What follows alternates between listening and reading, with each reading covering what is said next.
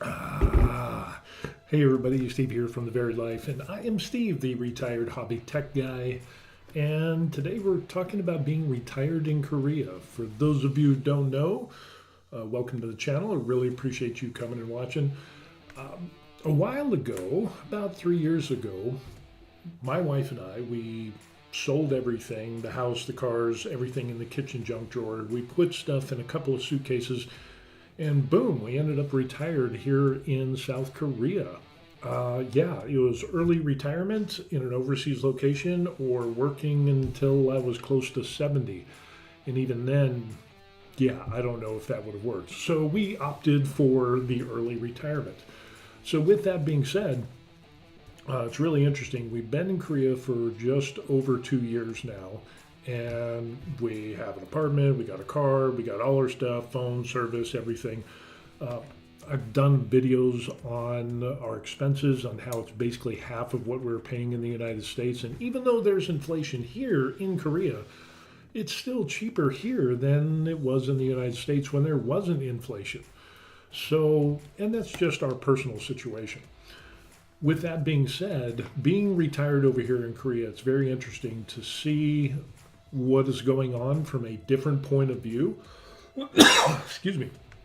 And we're talking about Koreans, and it seems a lot of Koreans are upset about Trump winning presidency. This is kind of interesting because I've talked about this on the previous video, but now getting to see the Korean news and all of the clips and everything, a lot of Koreans are worried that Trump is going to do something bad. In other words, he wants to increase the amount of taxes or tariffs on countries, especially China, which, that's not a Korea thing, but they think that will come over to Korea.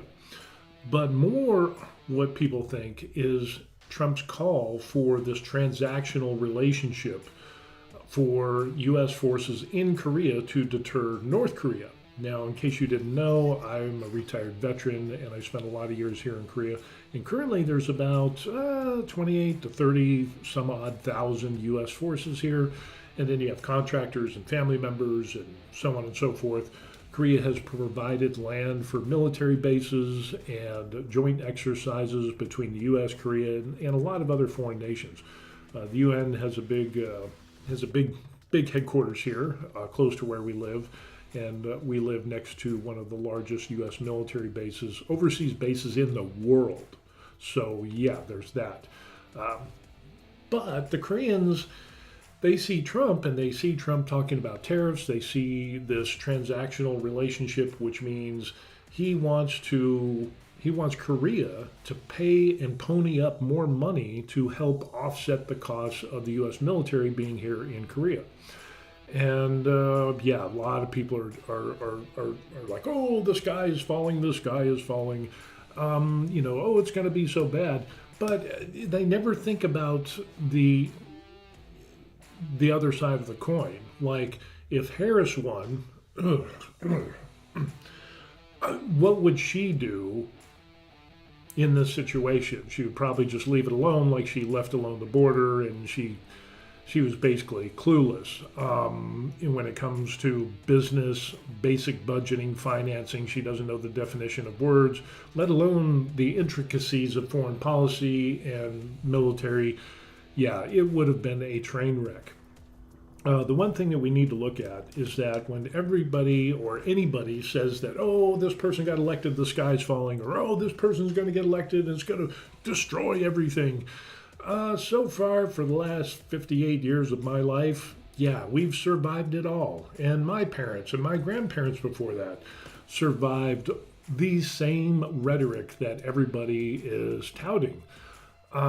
So yeah, I would just take a breath and just relax, and if some of what the future administration, the Trump administration, is going to do, if he does indeed fix Ukraine and Russia and that whole thing, that could ease up on a lot of the inflation that we see for grains, goods and services, petroleum, things like that. All of those prices should come down if that is kind of nipped in the butt.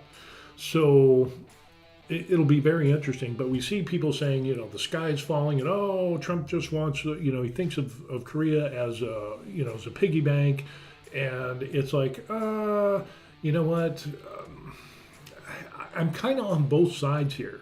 On one side, I am an American, and I understand America first, and let's do what's right for our country and our citizens.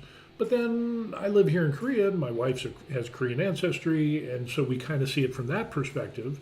And it's like, well, but a Korea, any president should have their citizens' best interests in heart. And then after that, then you help out other countries.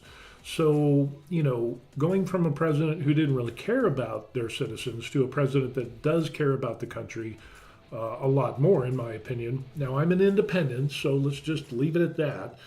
I like good ideas from both sides of the table, and I like common sense even better. So, it's interesting. We're seeing this fallout from the election, and Koreans are up in arms. Oh no, Trump wants us to pay more, and it's going to be higher taxes. Well, yeah, it could be, but there has to be a time. There has to be a time of where you grow and you mature and you expand, and you need to get up on your own 2 feet.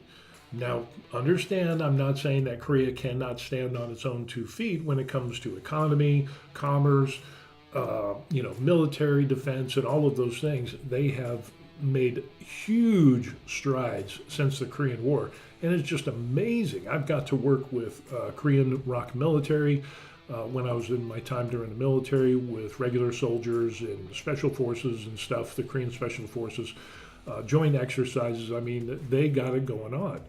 So, but there does come a time where we need to realize that we need to break away so we can be autonomous. And I think that's true of any nation, whether it's Korea, United States, or any other country. The whole idea is for us to take care of ourselves and provide for our people in the best way that we can. And, when you rely on other nations, regardless of who the nations are, you need to come to that place. And that actually kind of forces growth. So Trump wants to he wants more money. He wants Korea to pay more money for the United States military being here in Korea. There's a whole deterrent thing of the U.S. being here to deter North Korea. And what we saw last time when Trump was president was the fact that, he did a pretty good job of deterring that, not only in Korea, but the rest of the world.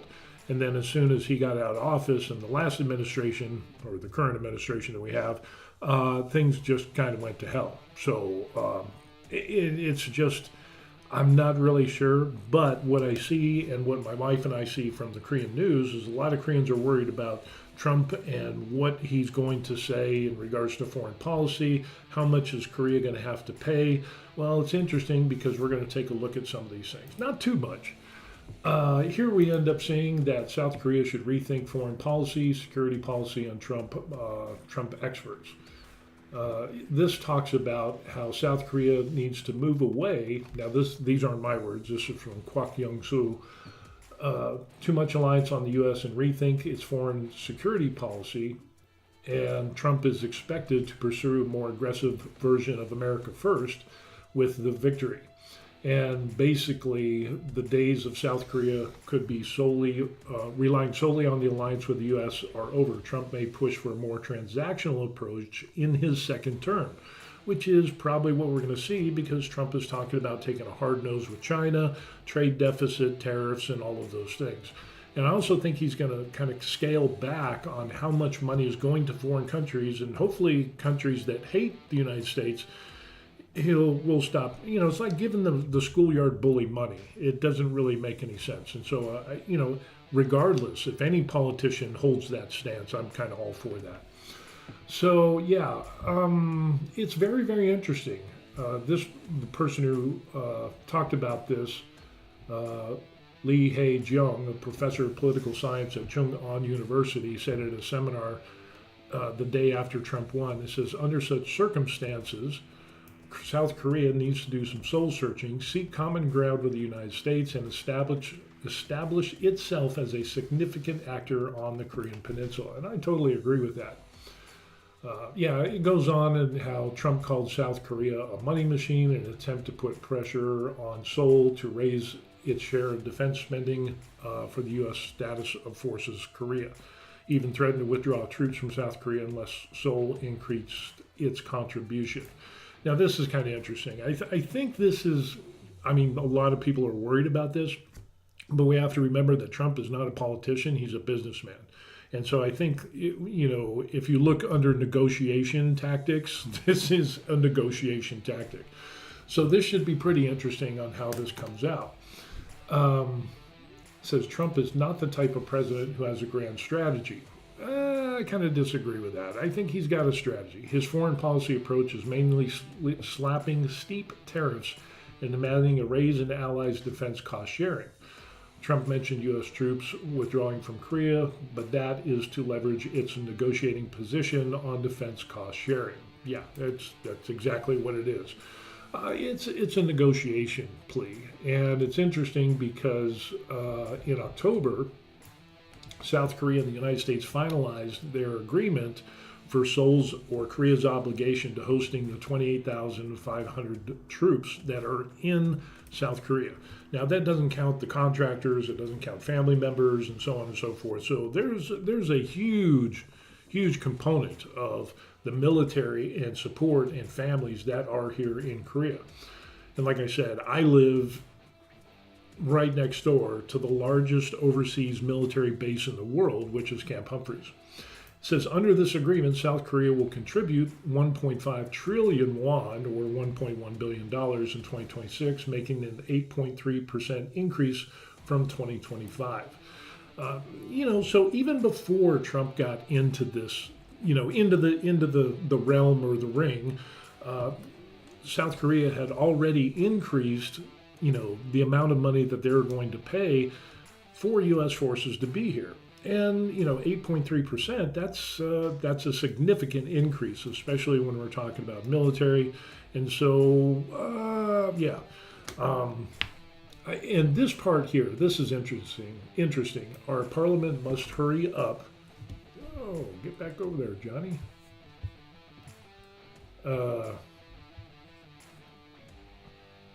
And there we go. Our parliament must hurry up and ratify defense cost sharing between Seoul and Washington. We need to make a more structural approach in building diplomatic relationships with Trump's aides who can help moderate him. That should have already been a done deal. The fact is that South Korea has already taken steps. They've recognized, hey, we're gonna pony up some more money for this. It shows great responsibility and forward progress. So this should alleviate some of the fears that people have of the Trump administration or any administration that comes in that says, we want you to increase the amount of money that you're putting into the pot for our soldiers who are here in Korea. So, it'll be really interesting. The Trump administration would probably pressure South Korea to increase defense spending, scale back joint military exercises, and reduce deployment of its strategic assets. Now, this is something interesting because we saw this in his last time as president. The choice of the carrot and the stick. And I think he's in between those things. He won't take any guff. But what he did last time was basically kind of doing the same thing, is he was really hands-on in meeting with the leader of North Korea, kind of subsided a lot of tensions, reduced some exercises, and that resulted in less junk from North Korea, the rhetoric and the whole nine yards. I think there is something to be said for that. And I don't think there will be any change in that. I think he'll continue doing that, and that will help with the overall stability here in Korea as a whole, not only for the Korean citizens, but the people who live here and the people who are retired here, like me. With that being said, Trump might want to realign the trilateral cooperation as it is the Joe Biden's administration achievement, but may leave it as is if he thinks it's effective in countering China. I think Trump's going to come in. He's been really hard-nosed against China. China's had a huge trade deficit with the United States. Well, China gets more out of it than we do, and we should be, that should be increased. The taxes and tariffs on Chinese products. You have to do what's right for your country. And so I get it. It's just there's been such a trade deficit, and no one's addressed it in the past, like Trump has.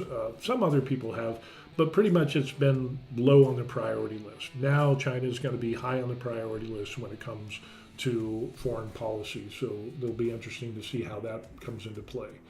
Talking about summits and how Trump is going to do this top-down style of diplomacy, where he met with the North Korean leader, pressuring. North Korea wants to be a nuclear state, and they want that recognition, blah blah blah, and all the rhetoric that goes along with that. But there needs to be nukes in North Korea. I really don't think that's a good idea personally. I think what would be better is that, a way to establish trade with North Korea and to normalize relations. Of course, you have that whole demagoguery that's going on up there. Just a really, really odd dictatorship that is going on in North Korea. And that's going to be crazy hard.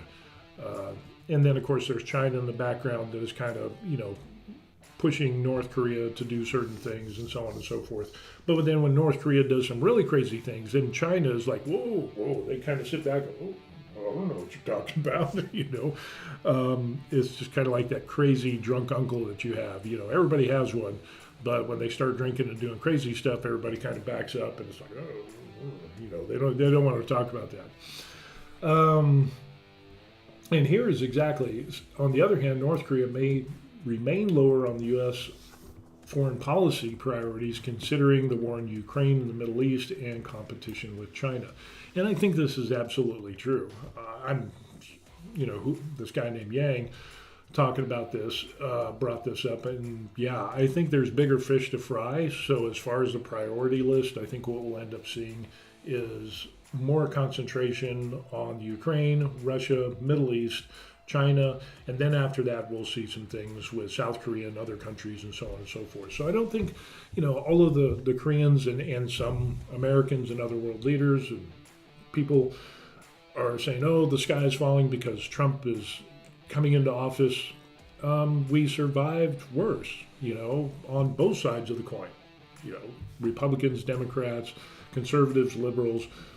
We've seen our fair share over the decades and decades and decades. And we've all come through and survived in some way, shape, or form.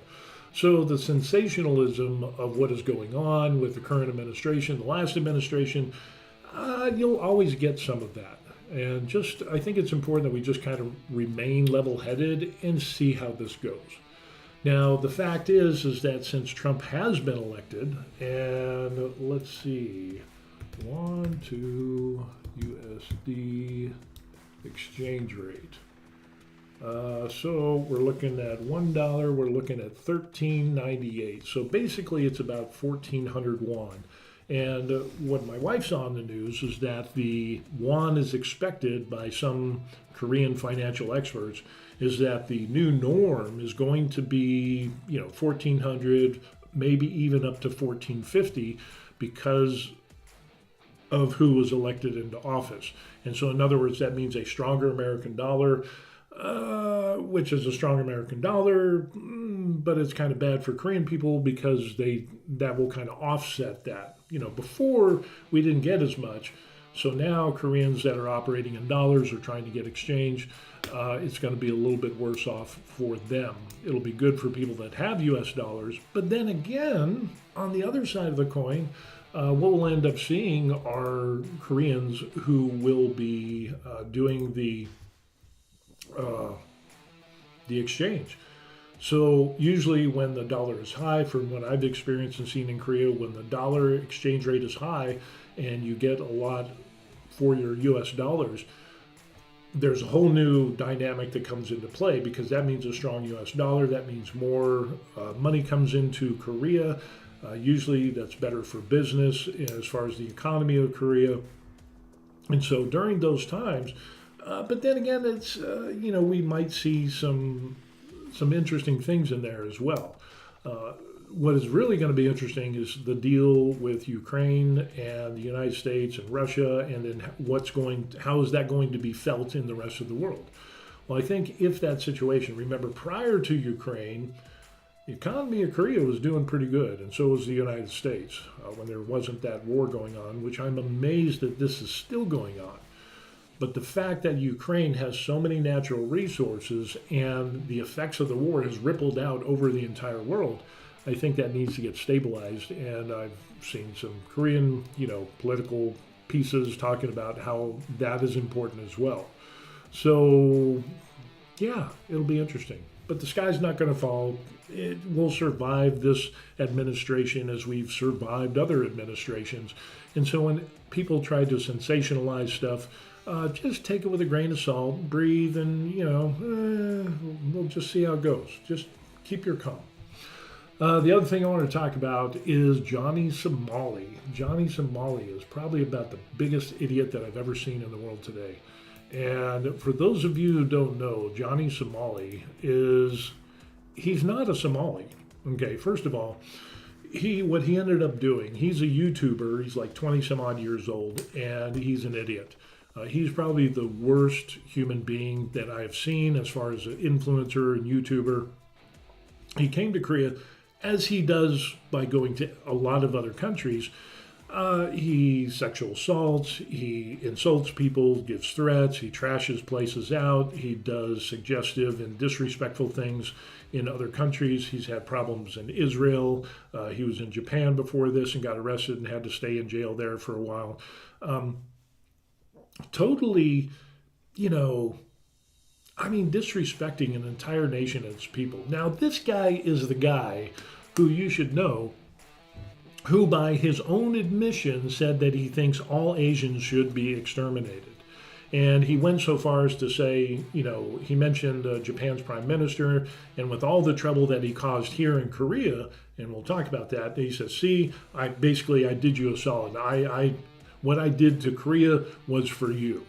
And in some weird, dysfunctional, retarded type of way of thinking, he thinks that by insulting Koreans and doing what he did here will win him favor with Japan so that he can go back to Japan, even though he's been banned from Japan for doing the exact same things.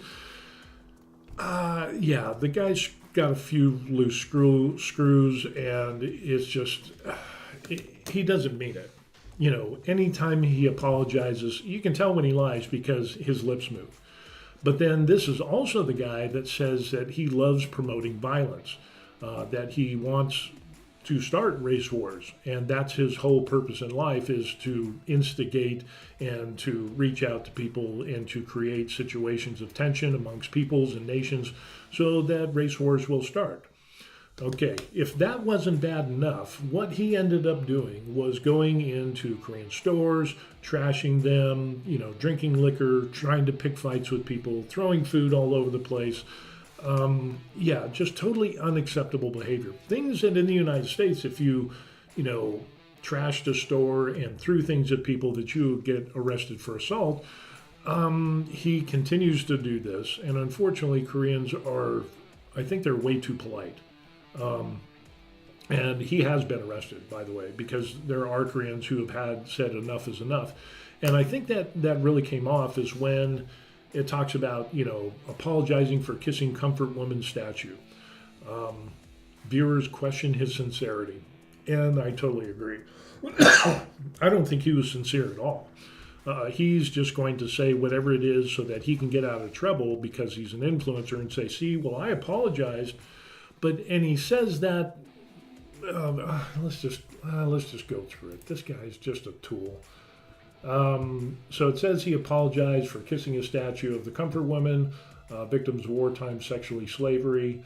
And again, Johnny Somali is not Somali, he's Ethiopian.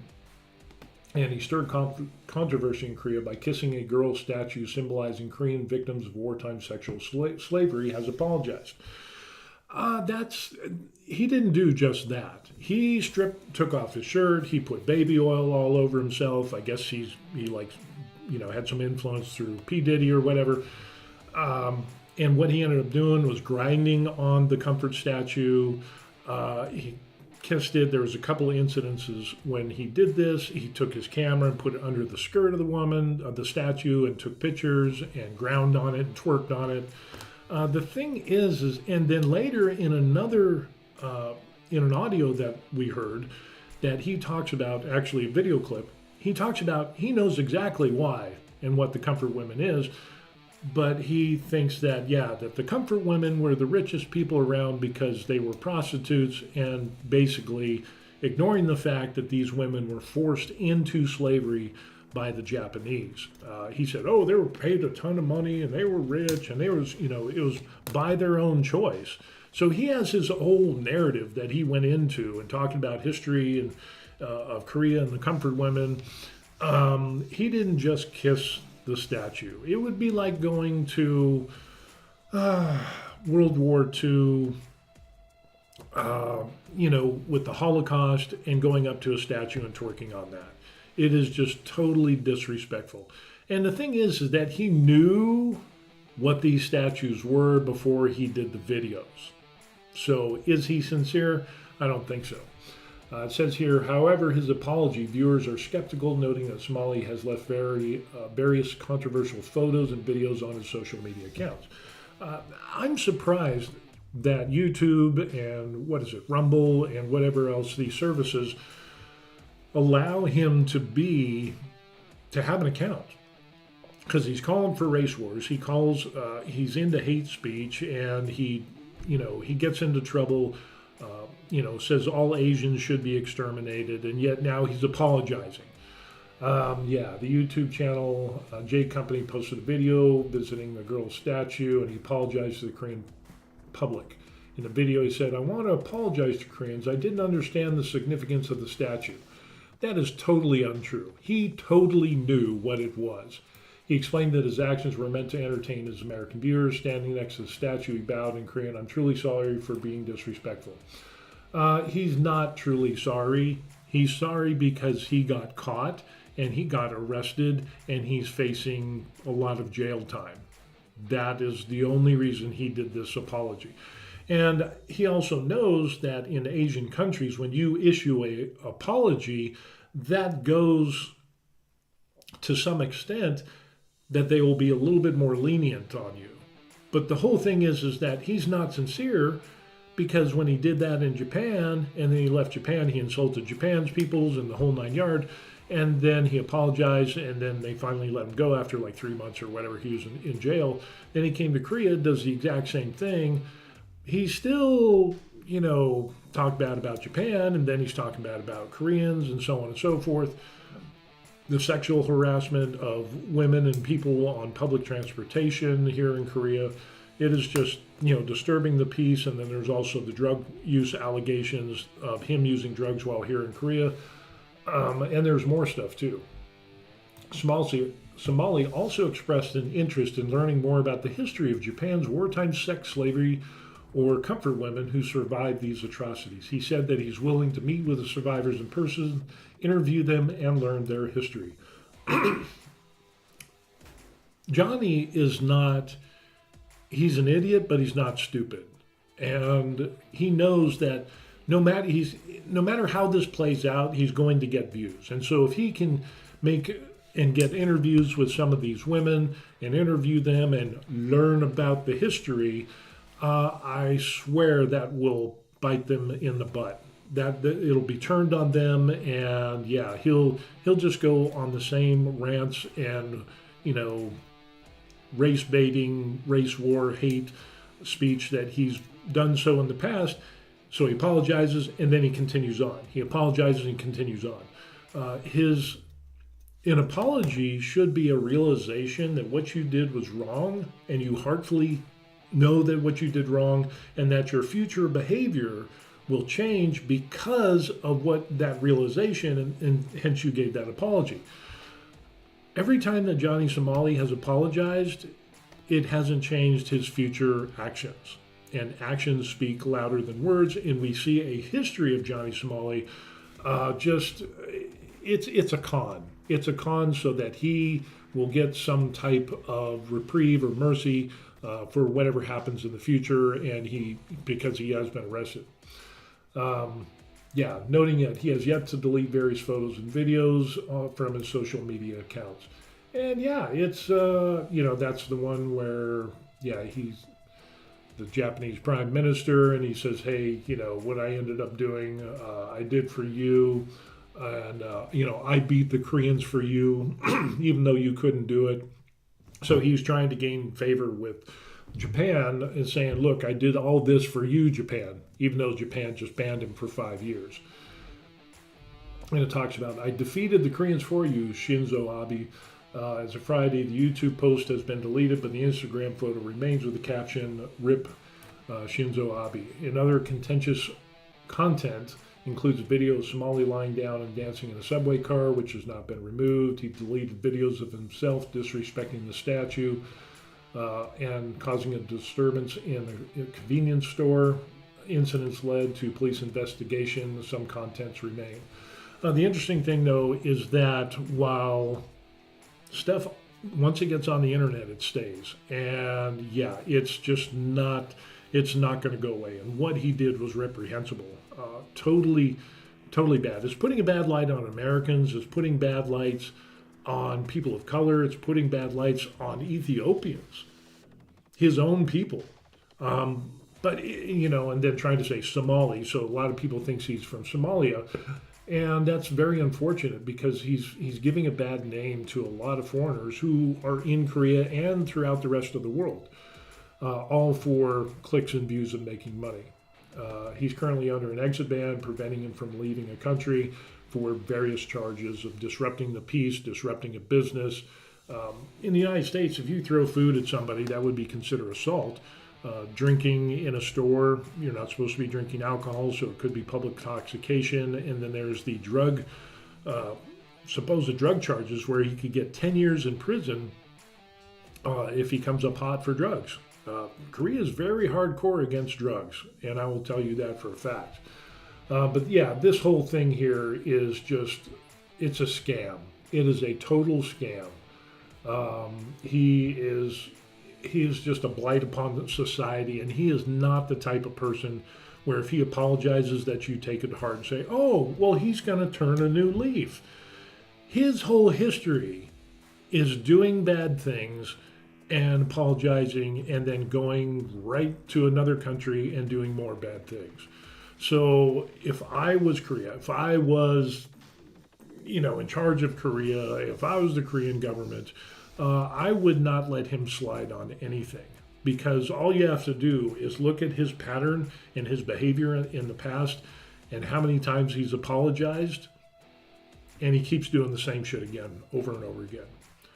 Totally disrespectful to Koreans, the culture, which is, goes back 10,000 years, is amazing. Koreans are very hardworking. They're very incredible people. They're polite. They're kind. There's much respect. That's why I enjoy living in Korea and being retired here, because of the culture and because of the people and the standards and the integrity and the honor that they have and the respect. And, no country is perfect, but this guy is the opposite of that. He is a disgusting human being, and I feel sorry for his parents. I mean, could you imagine your child acting like this on the world stage for everybody to see? Yeah, if I would disown him. Well, first of all, if I was his parent, I wouldn't be a parent. Let's just put it that way. Excuse me. It's just, to have an offspring spit in the face of your own country and your own race and nationality and end up doing this to other countries and races, yeah, I would disown you in a heart. I would do a lot more than disown you. But I mean, what goes through his brain? And he honestly thinks that he is an agent of violence and bringing about race wars. That he says there is no, in an interview, it says on an audio, he says, yeah, I'm not good. I'm not capable of good. I'm violent. I'm evil. I like promoting violence and so on and so forth. And again, he's all about the race war. So when you have somebody that comes up and says, yeah, all Asians should be exterminated, do you see how him apologizing doesn't mean anything? He apologized in Japan and then he turns right around and then it's like, Now, here's the thing. I bet you what we'll end up seeing is he'll start bad mouthing somebody else, try to gain favor with Korea, Japan, or whatever, and yeah, he might even apologize for what he did in Japan. But the thing is, every other time he's done that, he keeps doing the same thing. I don't wish bad on anybody, but what I do wish is that he is punished to the full extent of the law. And if that means 10 years in prison for drug use and tack on however many years for everything else, I'm all for it. I don't see his apology as being sincere. And while he is an American, I can't apologize for a piece of trash like this. He has no moral compass. He says himself he has no good in him, that he is evil. And that's exactly what he shows. And so you need to take into the totality of circumstances that Johnny Somali is just, he is not somebody that you need to accept their apology. You can, murderers and rapists and all these people, they stand before judges and they apologize because they got caught. So the big difference here is that he didn't apologize out of the good conscience and the enlightenment that he received before he got caught. He only sees, oh, I got caught. Dang, I could be facing a lot of years in prison here. Yeah, he knows that people who apologize get some leniency. This would be the exception to the rule. If I was the king of Korea for a day, Johnny Somali would be charged. He would be sentenced and given the max amount of prison time with no opportunity of parole or early release. And then after that would be it. Because Koreans need to stand up for themselves, and they need to get to the point of where they say this is totally unacceptable, and this apology that Johnny issues and saying, oh, I didn't know. It's like, no, there's videos of him saying he knows why and how and the whole 9 yards. He's not that dumb. He's smart, but what he's doing is playing the system to get out of trouble. He's like a spoiled brat, and with somebody who is a spoiled brat on this extent that talks about exterminating Asians, all Asians, how can you trust his apology? You can't. So he's a total tool bag. And to any Koreans that are watching, I apologize not for him, but because he is not, he shouldn't even be an American, in my opinion, because of these actions is not what the standard American stands for or accepts as acceptable behavior. There's a number of Americans and other YouTubers who are Americans that want to take this guy out behind the woodshed and put an ass whooping on him so that he would never do this stuff again to anybody in the world.